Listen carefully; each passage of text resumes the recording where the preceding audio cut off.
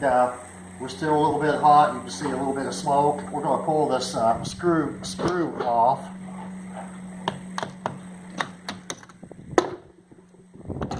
We do have the right color. Alright, let's dump this into the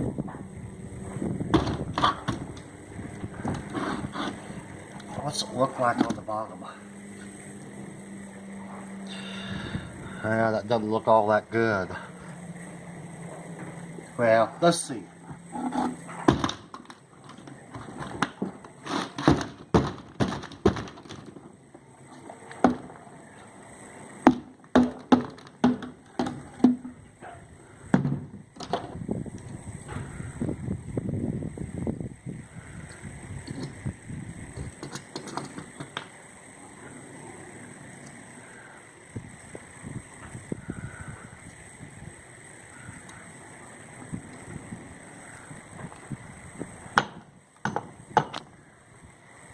Now we're still pretty hot. That looks a little better than what I thought it would be coming out.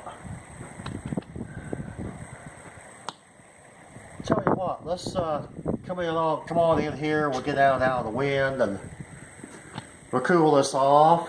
And I want to kind of get you back from the last video that we did on the rendering of the copper and the mistakes we did and such. We'll cool this off, and then I'll give a little talk, and then we'll put this hammer to the stress test on the anvil. And you have seen me have a hammer shower before out of aluminum bronze.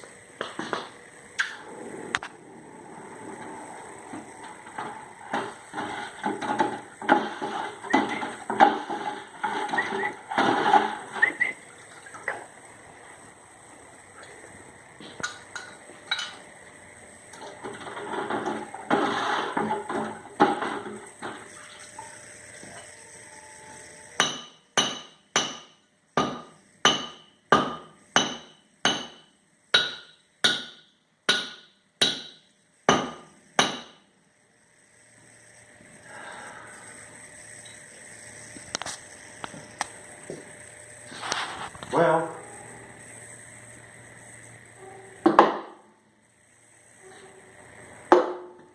there goes another one. You know, that's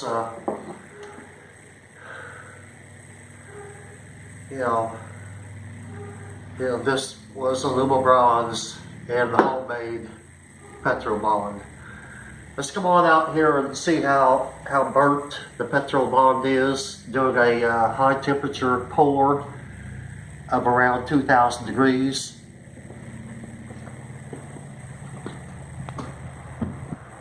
I better get this.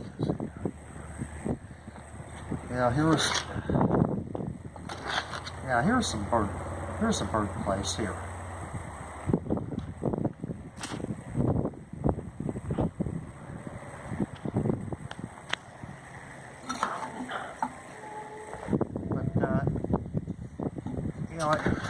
I don't really, I don't really knock it out or take it out. I just mix it back up with this little rake, and then I even take the rake and bring it down, and I leave it out in the sun with a couple of window panes on it. 16th pour on this, and all I really got to do right before I ram up is fluff it up. Now I don't use a sifter, but I probably will when I start coping and dragging. Anyway, that's our experience with the Petrobond. You requested to have Joe with myheat.com requested to see a high temperature cast come out of the homemade Petrobond, and here we go. But I'd like to talk a little bit more about failure in making your alloys.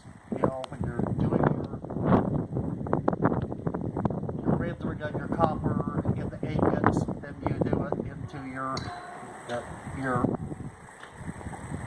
aluminum bronze. And I want to tell you a few experiences I've had in here.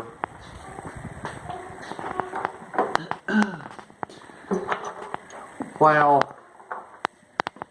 you do know that we had failure on having too much aluminum in with our copper by mistake. And we've shown you that. I think we tried to correct it. And I put one of these made of copper directly in with this. And this has already got a lower melting point, I feel, than the copper. And I should have put the copper in first and then added this, and I might have been able to correct that those two mist pours that we had. Also, what I did after that, I had been using charcoal after I got the molten copper, and then I would add aluminum. What I did differently this time was I used glass, ground, chunks of glass, and I put on top of the copper before I added the aluminum. And if you get a close-up right here, you can see how it drug up part of the aluminum bronze, but you can also see slag in here with the glass. Here's another one here. The glass seems to pick up a lot of the impurities. I got this idea from this other book, Metalworking by Paul Hasluck. And Lindsay used to sell this out of Chicago. And it's copyrighted 1906. And on page 5, it tells you about either using broken glass or the powdered charcoal. And this is the first time I've used the broken glass. And I feel that we come out all right with it. I don't know if it does, whenever you add, if it lowers the melting point, whenever you add aluminum to copper, I don't know. Both of these pours that we did were from a cold start, and both took 35 minutes, which is far more than what it takes to do aluminum in this same furnace. Okay, well, that's it. I hope we have been able to tell you some things that would help you to keep out of trouble. And we do have a success. I'm not gonna, well, you'll see it polished out. You've seen us use this one. This one is the one that we did last year, and this is far better than last year's.